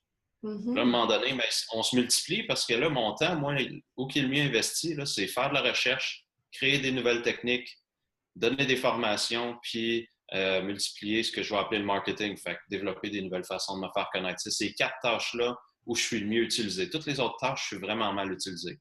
Parce que quand je fais les autres tâches, mes revenus stagnent, puis quand je fais ceux-là, ils augmentent. Puis si mes revenus augmentent, ce que ça veut dire dans la réalité, c'est que j'ai changé plus de vie. Parce que sinon, mes revenus restent stables ou ils régressent. Fait que, où est-ce que je suis le mieux utilisé? C'est quoi mes talents puis mes compétences? Puis c'est quoi que j'ai pas ou que j'aime pas, puis que je fais quand même, puis qui m'enlève plein de vitalité en plus. Là, c'est comme, on dirait, on meurt par en dedans à longue, là, tu sais. Ben, on ne devrait pas faire ça. Les gens le font parce qu'ils pensent, ben, il faut que je le fasse tout seul, ou, tu sais, ou je peux pas engager, j'ai pas le budget. Ben oui, parce que ce que tu te libères, oui, peut-être pas les 2 premières semaines, là, mais ce que tu te libères comme temps, si tu le mets à générer des revenus, ben, tu payes l'employé puis tu fais des surplus que tu n'aurais pas fait si c'est toi qui fais tout. Tu sais. Fait que pour revenir à ta question, c'est en déléguant puis en automatisant sur Internet. Puis moi, en passant, je suis vraiment pas techno. Tu sais, c'est ma conjointe qui a placé l'ordi pour que je parle présentement. Fait que je suis capable d'écrire sur Facebook puis faire publier. Puis je suis capable d'envoyer des infolettes. Je viens de résumer pas mal mes compétences, là. Fait que fait que quand je veux automatiser, je paye un programmeur. Ben oui, il faut que je le paye, mais c'est parce que tout ce qui me sauve en temps pour la prochaine année ou le prochain mois ou peu importe, là, je fais d'autres choses pendant ce temps-là, dont générer des revenus. OK. Fait que ça, c'est une affaire. Puis l'autre affaire aussi que je peux donner, parce qu'il y en a qui le savent, mais il y en a plein qui ne le savent pas, c'est quelque chose que plein de gens appellent la loi du 80-20. Ça revient à s'asseoir puis à dire, OK, de toutes les activités que je fais professionnelles pour générer des revenus, c'est quoi le 20 des activités qui génèrent le 80 des revenus? C'est quoi le 20 d'activités qui génèrent le plus de dépenses ou c'est quoi les affaires qui génèrent, c'est le 20 qui génère 80 des dépenses? Oui. Là, ça a l'air simplet, là, mais si on s'assoit et on le fait vraiment, c'est comme rencontrer, c'est comme vivre l'illumination, mais au niveau entrepreneuriat, parce qu'on se dit, moi, je perds plein de temps dans des 5 à 7, ça ne rapporte rien pantoute. Mais quand je fais telle affaire, c'est de là que viennent presque tous mes clients. Aussitôt qu'on comprend ça, on dit, j'arrête toutes les activités que je pense qui sont utiles et qui font rien, puis tout le temps libre ou l'argent libre ou les deux, je l'investis dans d'où viennent le plus de clients. Puis là, oups, bang, ça augmente d'un coup. Oui. Parce que c'est 20 de mes activités en temps ou en énergie ou en argent. Bien là, aussitôt que j'enlève le reste, même si je perds 20 de revenus en enlevant le reste, là, je multiplie mon 20 fois 3, je viens de tripler mes revenus ou ma clientèle. Mais ça, c'était juste une mini-analyse, même pas complexe, là, de mon entreprise. C'est comme, où est-ce que je perds plein de temps et je ne m'en rends pas compte? Puis c'est quoi qui fait vraiment des résultats dans la réalité? Et d'habitude, c'est entre 15 et 20 de nos activités. Oui. Fait que moi, à travers les infolettes, les publications Facebook, c'est là que mon temps est mieux investi si on parle de toucher plus de clients ou d'avoir des meilleurs revenus. Tout ce que je faisais avant, là, des conférences gratuites puis ces choses-là, ça comptait pour 1 de ma clientèle. Ben, je suis à l'aise de perdre ce 1 %-là. Tu sais, je conduis pas jusque-là, je reviens pas, je suis pas dans le trafic. Fait que ça me coûte rien en gaz. Plus le temps, tu sais, parce que moi, je compte ce temps-là. Je passe 2 heures de route plus 1 heure de conférence gratuite pour 1 de clientèle. Ben, c'est 3 heures à chaque fois. Si écrire une publication Facebook, c'est 15 minutes, ben, je vais juste en écrire plus souvent. Avec les 3 heures que j'ai gagnées, je peux en écrire 9. Plus que 9, je peux en écrire 12. Fait que, tu sais, c'est simple là, comme analyse. C'est juste, finalement, moi, puis il y en a d'autres qui vont dire, moi, ça vient des conférences gratuites, la majorité de mes clients. Ben, book-toi plus de conférences, laisse faire le reste pour l'instant, jusqu'à temps que tu maîtrises mieux les autres outils. Mais présentement, si tu as besoin d'un revenu rapide ou si tu veux vivre une croissance plus rapide, ben, si toi, c'est les conférences gratuites d'où viennent la majorité de tes clients, fais-en plus. Tu sais, book-toi dans des lunchs, des 5 à 7 où tu peux parler en avant. Puis c'est une bonne façon aussi. Là, je l'ai fait, je dis juste qu'en pourcentage de temps investi, pour moi, c'est rendu plus efficace Internet. Mais pour d'autres, c'est en personne où ils ont le plus de succès. Fait que le but, c'est pas de copier ce que je fais, on est tous uniques, c'est de trouver, toi, il est où ton plus gros levier, puis tire dessus tout le temps. Là, tire une fois par semaine dessus, tire dessus 15 fois par semaine, tu sais. Puis il va apparaître plus d'affaires parce que c'est ça ton plus gros levier. Fait que 80, ça, on peut sauver du temps, conciliation, travail-famille, parce que c'était ça la question, là. Fait que, tu sais, moi, à un moment donné, j'ai fait, OK, c'est quoi mes plus gros leviers? Et puis, j'ai sauvé plein de temps. Là, avant, je perdais tellement de temps sur des forums de discussion en pensant que, en parlant puis en répondant à des affaires, puis, tu sais, en étant vraiment c'est à coche, comme diraient les Québécois, j'aurais des nouveaux clients, mais je perdais bien du temps, tu sais. En fait, des fois 2-3 heures par jour. 2-3 heures par jour, c'est beaucoup de temps. Si tu as un levier qui te prend 1 heure par jour pour faire plus de résultats, ben je viens d'en sauver 2, là. Oui. Fait que, tu sais, c'est tout un petit peu prendre le temps de remarquer, OK, d'où ça vient, c'est quoi mon ou mes plus gros leviers. Puis l'autre affaire aussi, c'est que je me lance des défis tout le temps un petit peu impossibles, comme je me dis, OK, en 2014, je me suis dit, OK, je veux travailler moins pour augmenter mes revenus. Fait que j'ai coupé mes heures au point où j'étais rendu que je travaillais 1 à 3 heures par jour, 5 jours par semaine, puis avec 2 mois de congé. Ça, c'était mon année l'année passée. Puis j'ai pas mal réussi. Oui, des fois, quand je donne une formation, là, c'est toute la journée puis le soir, là, parce que c'est une formation, mais j'ai donné, je pense, juste 10-11 jours l'année passée de formation. Fait que j'ai eu 10-11 jours comme longues. Puis c'est correct, là, j'aime ça faire ça. Mais puis quelques journées marathon que j'avais des deadlines, puis il fallait que je produise. Mais une journée marathon, c'est 7 heures, là, comparé du pavé unique, c'était comme 8, 9, 10 heures. Mais quelques journées de 7 heures, j'appelle ça marathon aujourd'hui, mais fait que j'ai réussi à faire 1 à 3 heures par jour, 5 jours par semaine, la plupart du temps. C'est sûr que j'avais du temps pour ma famille. Puis là, cette année, je me suis lancé le défi, puis je n'ai pas réussi encore. Je veux juste travailler 1 heure par jour, 5 jours par semaine pour l'entreprise. Okay. Sauf quand je donne des formations. Fait que le but a de l'air vraiment ridicule, honnêtement, parce que aussi, en même temps que j'ai le but de baisser, comme l'année passée, j'ai le but de quand même augmenter mes résultats, le nombre de personnes dans les salles et tout ça. Mais en me fixant des buts ridicules de même, c'est que ça me force à penser tellement différemment. Parce que je ne peux pas fonctionner comme je fonctionnais l'année passée, sinon je ne l'atteindrai jamais, ce but-là. Fait que là, je cherche, OK, mais comment je peux faire l'affaire impossible? C'est impossible. Il va falloir que... Puis là, il me sort des idées, puis là, j'en essaye, puis tu sais, mais... Fait qu'en ayant... moi, je me mets des coches assez impossibles. Là, comme à un moment donné, je vais sûrement me dire, OK, ma meilleure croissance, c'est tripler mes revenus dans un an. À un moment donné, je vais sûrement me dire, OK, déjà, ils ont doublé à chaque année pendant 6 ans, puis là, ils ont triplé une autre fois. Je veux dire, déjà, le montant est quand même super bien. Puis là, je vais me dire, OK, j'essaie de multiplier par 10. Puis là, je me crois pas. Parce qu'à chaque fois que je fais ça, je me crois pas. Là, je suis comme, c'est ridicule, Alexandre. Là, je fais ça en janvier d'habitude. Je suis comme, arrête de niaiser. Là, c'est comme, rendu là, tu peux pas me décupler. T'sais. Fait que là, je garde le but quand même si je le crois pas. Là, je défais mes croyances, je défais mes peurs, je défais mes doutes. Ça revient tout le temps. Là. À chaque année, je me fixe un but qui me paraît impossible, puis je défais mes peurs, mes croyances, mes doutes.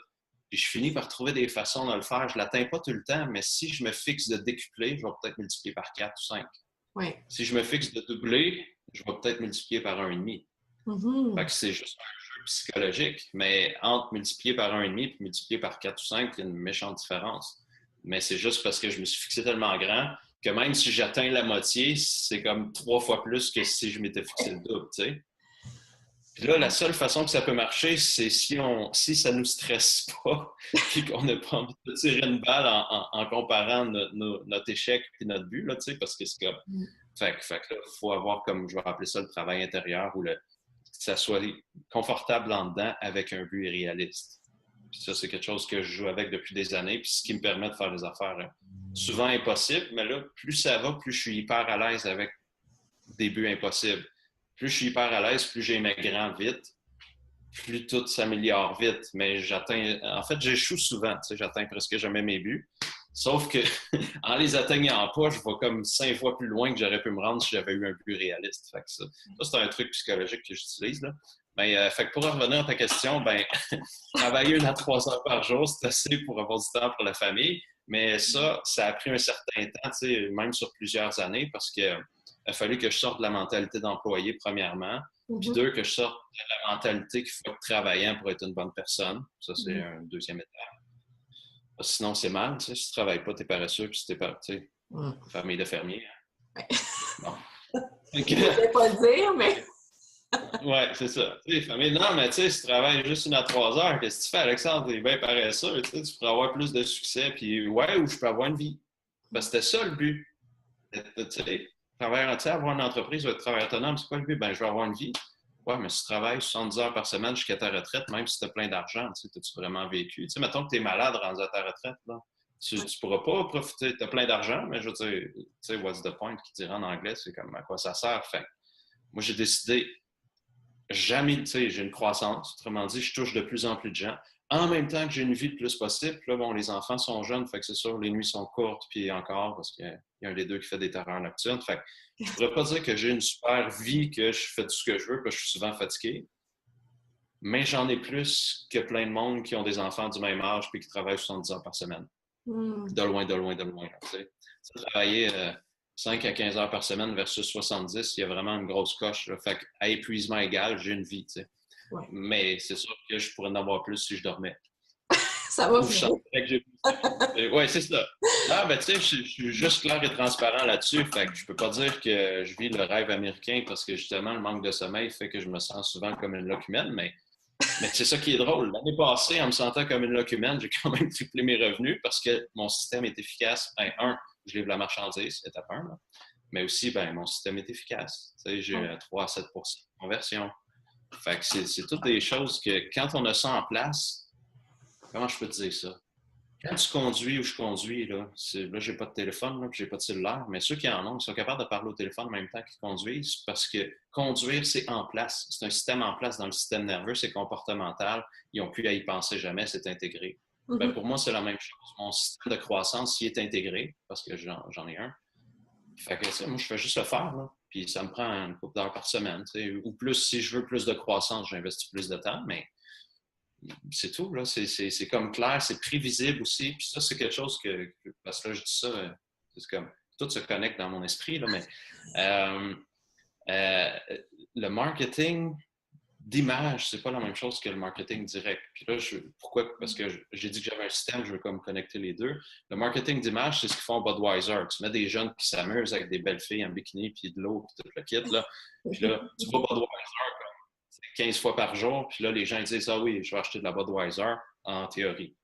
Mais on ne peut jamais savoir à quel degré ça a un impact sur les résultats. Marketing direct, c'est j'envoie un courriel à tant de personnes, écrit de telle façon, puis je peux prédire le nombre d'inscriptions qui va rentrer dans les 24 prochaines heures. Ça s'appelle un système efficace parce qu'il est prévisible. Puis comme il est prévisible, il n'y a pas de stress financier parce que je sais que je devrais faire à peu près tant de revenus. C'est pas parfait, là, mais mettons plus ou moins X.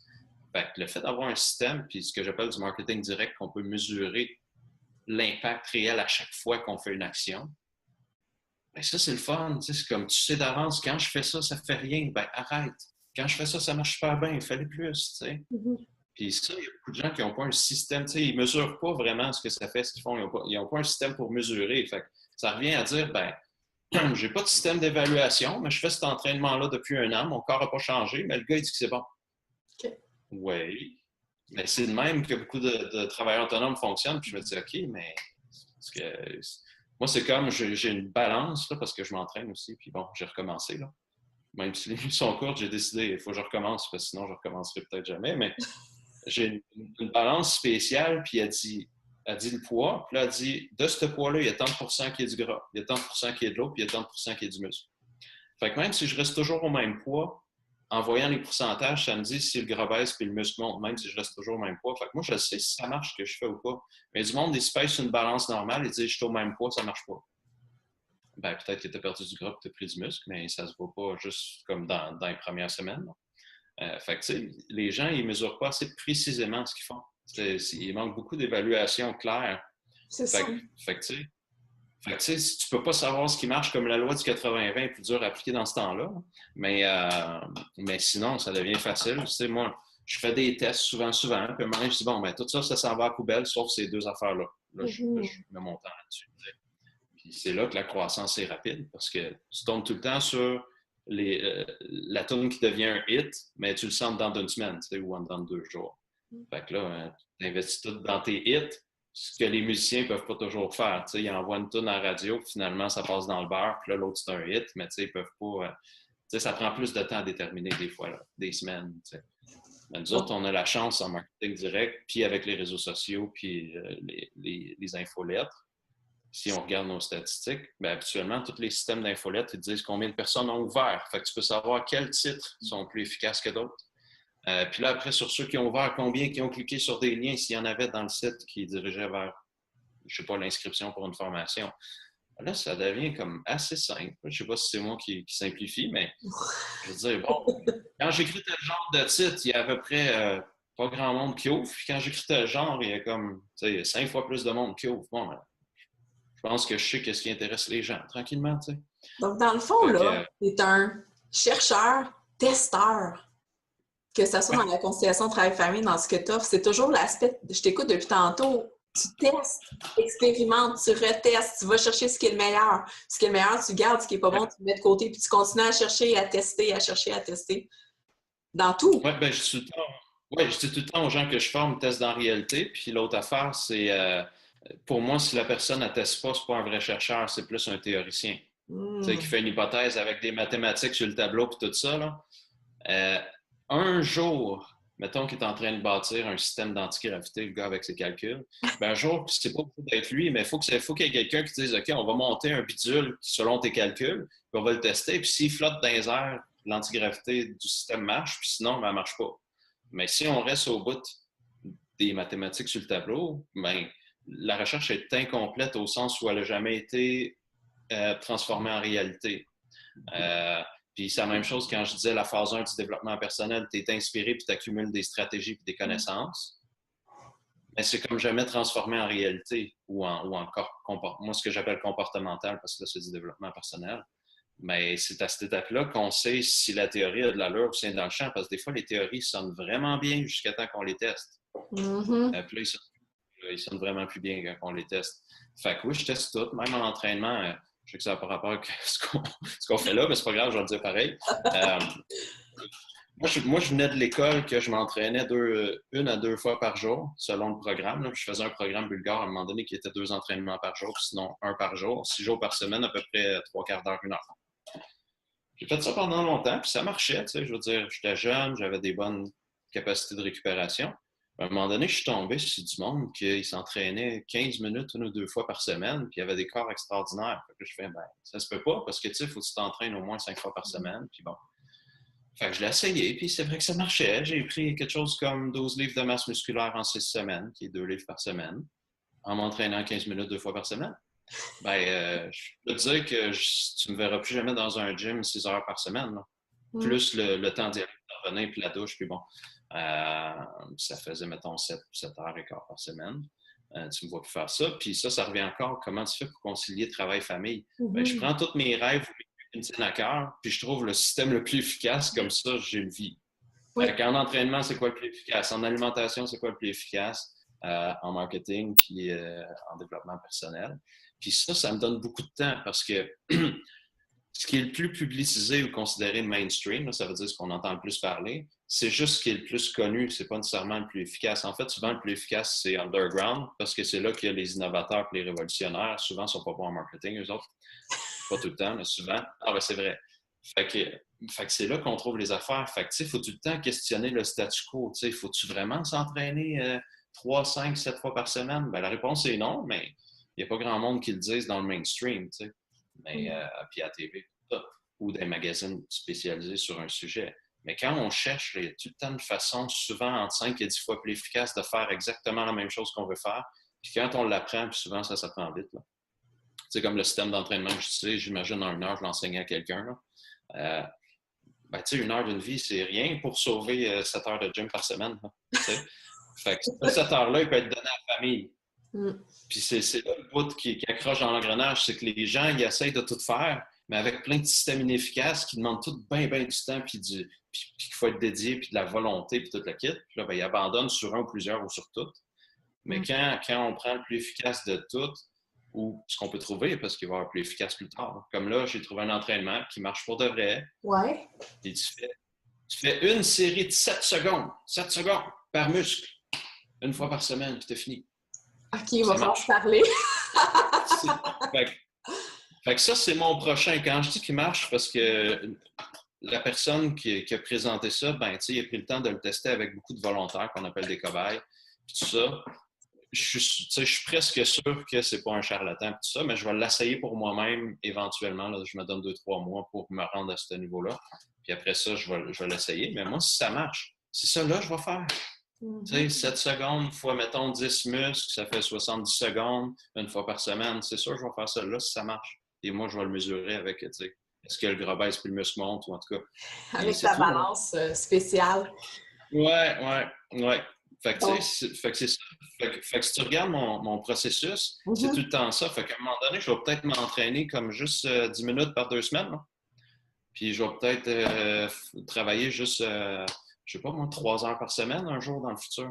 À moins que je trippe tellement que je travaille plus. Puis je trippe sur ce que je fais, mais quand je dis travailler, quand je fais de la recherche, je mets bien des heures là, mais pour moi, c'est pas du travail. Je le fais. Avant, je payais pour faire ça. Je trippe tellement que je payais pour pouvoir faire de la recherche, tu sais. Fait que cela, je ne le compte pas dans mon temps de travail. Mon temps de travail, ce que j'appelle mon 1 à 3 heures par jour, c'est plus, tu sais, marketing, ces affaires-là, que je me suis mis à aimer parce que j'ai vu que ça me permettait de changer plus de vies. Avant ça, je détestais, mais je me suis mis à aimer ça quand j'ai vu que ça servait à ça, à changer des vies. Mais pour moi, c'est quand même un petit peu plus du travail. Tu sais, c'est comme systématique. La recherche, c'est tout le temps de surprise que je ne sais pas quand elle va arriver. C'est comme créatif puis spontané, créer des techniques. L'autre, c'est plus un système que je suis les étapes. Ben là, encore là, c'est la même chose. Je me mets à former du monde qui vont le faire à ma place. Ça aussi. Fait que c'est là qu'à un moment donné, je vais tomber à 3 heures par semaine. Puis, peut-être pas cette année. Là. Fait que c'est ça. Ou un ordi va le faire. Parce que ça s'améliore tout le temps, ça aussi. Fait que je sais pas. Parce que c'est pas important. Moi, les gens qui me rencontrent, ils veulent pas savoir si je fais combien d'heures de marketing je fais par semaine. Ils veulent vivre des changements. Ouais. Puis moi, je suis content de faire ça avec eux autres. Fait que c'est là que je vais investir mon temps. Fait que c'est tout le temps qu'est-ce qui me fait triper finalement. Ça aussi, c'est une autre question dans le 80-20. C'est quoi le 20% des activités qui me fait le plus triper? Parce qu'il n'y a pas juste l'argent et les résultats. C'est quoi le 20% qui me fait le plus triper? Puis c'est quoi le 20% qui me fait le plus wash? Délègue le 20% wash, puis multiplie le 20% qui te fait triper pour en avoir plus dans ta semaine. T'sais. Fait que ça, c'est pas pour augmenter nécessairement les revenus, mais juste pour augmenter le fun, puis la joie, puis tu sais, que au lieu que ce soit un job, ça devient comme une aventure ou quelque chose de fun. Un loisir. Oui. Fait que ça aussi. Fait que le 80-20 s'applique à tout, au bonheur, à la passion, à nos relations, etc. etc. Oui. Ben nous, c'est un mode de vie. On a écrit un article d'ailleurs dans le blog sur la loi du 80-20. Ça s'appelle la loi de Pareto. C'est mon héros. Yes. Écoute, exactement. C'est formidable t'écouter dans le fond. Tu es très cohérent, que ce soit dans comment tu enseignes, comment tu vas chercher, comment tu fais ta recherche. Tu pars de ta passion, de ta mission, c'est-à-dire de changer la vie des gens, les outiller. Tu fais toujours de la recherche où tu vas chercher le meilleur, tu le testes, tu as des critères, donc que ce soit ta balance pour le sport ou que ce soit des critères spécifiques quand tu fais tes formations avec les gens en disant c'est ça que vous êtes supposé d'observer. Donc, tu as toujours des critères très, très précis dans le fond pour pouvoir mesurer. Tantôt, tu parlais de MailChimp ou des outils d'infolette. Bien, ça revient encore à des critères de mesure. Un pourcentage, c'est un critère de mesure. Donc, tu es toujours dans cette optique-là de mesurer, de prendre des décisions. Quand c'est pas bon, je le sors de ma vie. Même si j'aime mon système de sport maintenant où je fais 10 minutes, bien, si j'en ai un à 7 secondes, je vais prendre celui à 7 secondes. Donc, tu n'es pas attaché. Tu n'es pas attaché à ce que tu fais, tu es juste attaché à l'efficacité. Puis, à ce qui est important dans ta vie. Oui, puis c'est important de dire qu'il y en a qui me disent qu'ils aiment ça s'entraîner, fait qu'ils ne feraient pas ça. Puis moi, j'aime ça, mais mettons, j'aime mieux d'autres sports. Fait que tout le temps que je ne passerai pas à m'entraîner, je peux faire d'autres sports. Oui. On peut, je sais pas, on peut jouer au volleyball, on peut, peu importe le sport. Fait que à un moment donné, ceux qui trippent, là, ils aiment l'odeur du gym, ils aiment ça être dedans. Bon, ben, ils vont le faire, mais là, ils le font par passion et non pas pour avoir le résultat X. Ouais. Moi, je veux un corps. Oui, c'est ça. Moi, ça me passionne là, parce que j'ai déjà été entraîneur dans mon autre carrière avant, puis je travaillais dans un gym et tout ça. Mais ça me passionne pas autant qu'avant, puis c'est plus la santé puis le résultat de justement avoir un corps qui me permet de faire tout ce que je veux faire. Fait que si un jour quelqu'un dit OK, on va te faire du surf à Hawaï ou je sais pas où, là, où il y a des grosses vagues, ben je suis pas en train de dire je peux pas parce que tu sais mon genou puis mon dos puis fait que, tu sais, moi, c'est plus une question de... Ça revient tout le temps de la liberté. Tu sais, pourquoi j'apprends l'affaire la plus efficace? Parce que ça donne plus de liberté pour tout. Puis si je veux passer plus de temps dans le système efficace, je peux aussi, parce que c'est un choix. Mais si c'est vraiment une fonction d'un résultat qui me rend plus libre, ben là, c'est le moins de temps possible. Puis aussi, une affaire que tu as dit, puis que je veux souligner, c'est que tu as dit, ben tu pars de ta passion, puis après ça, tu trouves le plus efficace, fais des tests, ben il y a plein de monde, c'est ça qui est bizarre quand je dis qu'on se copie tout, ils partent pas nécessairement de leur passion, ils partent de ce qui pogne ou ce qui est à la mode. Je me dis, ben, c'est parce que si tu parles de ce que tu aimes vraiment, quand tu le fais, tu as l'impression que ça ne te prend pas d'énergie. Autrement dit, tu peux le faire pendant longtemps jusqu'à temps que tu réussisses. Si tu n'aimes pas vraiment ce que tu fais, tu le fais parce que tu penses que ça va être à la mode ou que c'est à la mode, puis tu n'aimes pas bien ça, c'est dur d'avoir de la volonté quand il y a des imprévus, puis c'est difficile parce que vu qu'on n'aime pas ça, il y a moins d'énergie, il y a moins de tir, on a moins d'élan. Fait que partir d'une passion, pour moi, c'est... Avant, je ne le pensais pas de même, je le faisais juste naturellement, mais aujourd'hui, je le pense même encore en fonction d'efficacité. Si j'aime ça, je vais me rendre au bout parce que j'aurais l'impression que c'est sans effort de le faire parce que j'aime ça. Je vais tout le temps être capable de donner 115% parce que, anyway, je le donne pareil, j'aime ça. C'est plus une question de me booster avant une formation pour dire donne ton 115 donne tout, tu sais, parce que c'est un sujet que pas cette fois-là, mais donne ton 115 tu sais, mais non, j'ai pas besoin de me dire ça parce que je tripe déjà. Fait que c'est le monde qui se tend, là, puis qu'on ils disent bon, à quelle heure qu'on va finir. Tu sais, ils trippent, mais ils commencent à avoir faim, mettons, là, puis là, ils me le disent. Moi, je suis comme ouais, mais moi, j'ai pas faim. Puis là, des fois, j'ai taquine un peu, là, mais tu sais, fait que c'est ça, mais on peut comme avoir vraiment du jus ou du output pendant longtemps quand on aime quelque chose. Quand on n'aime pas, ben après que la volonté a fait son temps, ben là, il ne reste plus beaucoup d'élan ou de jus. Puis c'est là, à un moment donné, que ça devient plus difficile quand il y a des imprévus ou des défis qui arrivent là, qu'on n'attendait pas. Ben, quand on aime ce qu'on fait, le défi, c'est juste comme un défi, mais tu sais, comme quand on joue à un jeu vidéo, là, ceux qui aiment ça, ben, le défi, il fait partie du jeu. Mais c'est parce qu'on aime jouer à ce jeu-là. Ben, le jeu qu'on trouve plate, le défi, il fait juste c'est plate, puis là, on change la cassette. Ben, quand on investit, mettons, 10 000 ou 50 000 dans quelque chose qui ne nous passionne pas, ben là, on peut juste enlever la cassette, c'est comme moins intéressant comme option, tu sais, parce qu'on a investi tellement de temps et d'argent, tu sais. Fait qu'idéalement, tu pars d'une passion, puis là, quand tu as investi ton 10 ou 50 000, ben anyway, tu n'as pas envie d'enlever la cassette, fait que c'est correct. Tu sais, je veux dire, ça va être bien investi, puis tu n'auras pas justement le conflit intérieur de ouais, mais là, j'accepte de perdre tout cet investissement-là parce que finalement, j'aime pas ça, tu sais. Fait que ça évite bien des conflits intérieurs et des décisions difficiles à prendre, là. Écoute, on va clore parce que justement, je commence à avoir faim. Non, non. Ouais, c'est ça. Que tu partages avec nous. Écoute, ta philosophie, dans le fond, de l'entrepreneurship est vraiment pleine de gros bon sens, mais pleine de sagesse aussi. C'est très applicable. De suivre sa passion, de tester, de chercher, de ne pas être attaché à ce qu'on fait, mais de tout le temps, dans le fond, y aller en fonction de ce qui est important pour soi. Pour toi, c'est la liberté, c'est tes valeurs, tes passions, de servir ton client. Pour d'autres, ça peut être complètement autre chose. Comme tu dis, on peut aimer le gym, puis autre chose, puis c'est correct. Ouais. C'est plein de bon sens. C'est ça qui est inspirant, dans le fond. Puis j'espère que là, ça ne sera pas 1% des gens qui écoutent l'entrevue avec toi qui vont faire quelque chose avec, mais 95% qui vont être capables de réfléchir et de transformer avec déjà les trucs que tu as donnés, mais de transformer à partir de la réflexion interne que ça va leur mener. Puis un autre point aussi que tu as abordé au début, puis j'espère que les gens vont en profiter pour aller à tes formations, c'est tout ce qui touche le système de croyances. C'est quelque chose que nous, on observe beaucoup auprès de nos clients, puis je le vois régulièrement, là, tous les jours, à quel point les croyances, c'est le principal frein dans le succès d'un entrepreneur. Donc, de participer à tes activités, c'est sûr, c'est du développement personnel, mais c'est 100% pertinent sur le succès en affaires. Oui, ben en fait, j'en ai une, si on parle de spécifique aux entrepreneurs. L'année passée, j'ai créé une formation juste parce que j'étais tanné d'entendre tout le temps parler de ça par mes participants, mais la majorité des gens ont une difficulté avec l'argent assez intense. Là, tu dis le mot argent puis commence déjà à se sentir moins bien, mettons. C'est comme pas le sujet qui veulent jaser entre amis avec des vrais chiffres, mettons, on va le dire de même. Là. Fait que j'ai créé une formation qui s'appelait... elle avait 2 noms, là, selon, mais c'est apprenez comment changer votre relation à l'argent. Puis, en gros, c'est juste tout le côté psychologique parce qu'il n'est jamais expliqué, mais surtout, pas juste expliqué, mais qu'est-ce que tu fais avec après que tu l'as compris, là, que finalement, ça influence tout.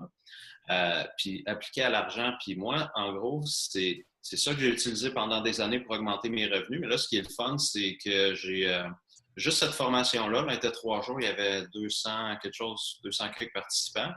Puis j'ai reçu à peu près 80 pages de témoignages de résultats des participants, ce qui arrive jamais dans le sens que 80 pages, la plupart des professionnels dans le domaine, ils n'ont même pas ça dans une carrière. Puis moi, c'est juste un atelier qui a généré autant de pages de témoignages. Puis les gens comptent des affaires comme, ben, dans mon domaine, j'ai demandé un salaire que personne n'a parce que ça ne se fait pas dans mon domaine, puis je l'ai eu. Ben, tu sais, peut-être qu'il l'aurait eu quand même avant de faire le cours. C'est juste qu'il n'aurait pas osé le demander. Parce que dans leur domaine, ça n'existe pas. Mais là, ils ont changé des croyances. Puis là, ben, ils étaient à l'aise de le demander à leur boss.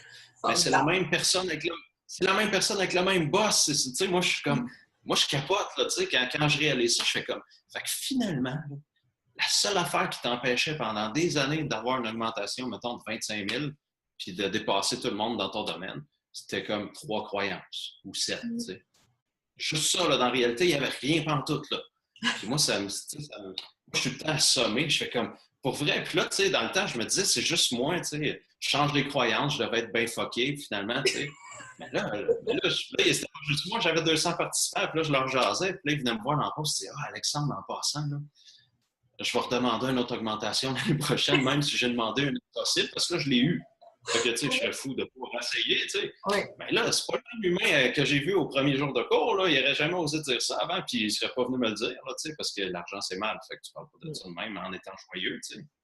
Fait que moi, je dis aux gens, le jour que tu es rendu, j'ai dit ça au cours, puis les gens, ils trouvaient que c'était extrême, mais ils ont fini par le comprendre. J'ai dit, le jour que tu peux penser à l'argent, puis sentir un aussi bon feeling que si tu prends un petit chiot ou un petit chaton dans tes mains, là, plate, là.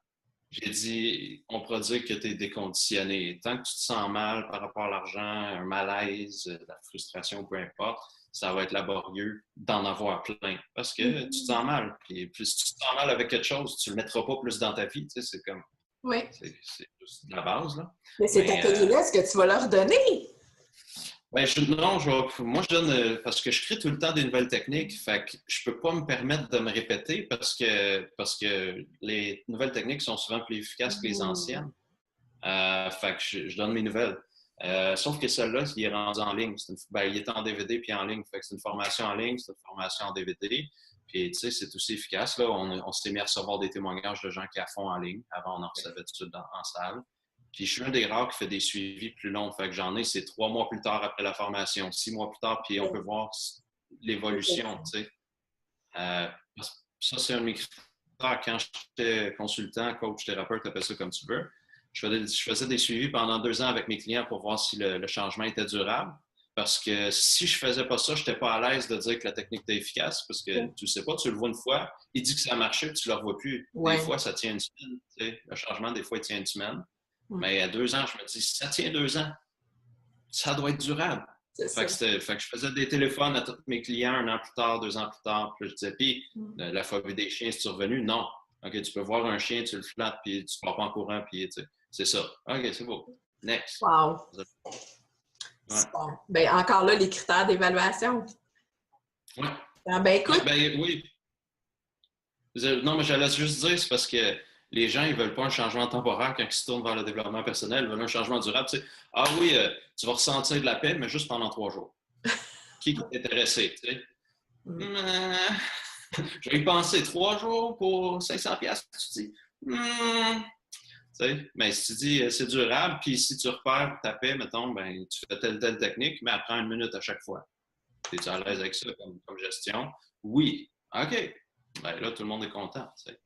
Fait que c'est juste ça. C'est les critères. Plus nos standards sont élevés, plus nos résultats vont l'être, plus les gens vont avoir envie de travailler avec nous versus ceux qui ont des standards très bas. Puis c'est encore là, comme je disais, le marché est vierge. Là, il n'y a pas de compétition. Fait que ça, c'est vraiment cool.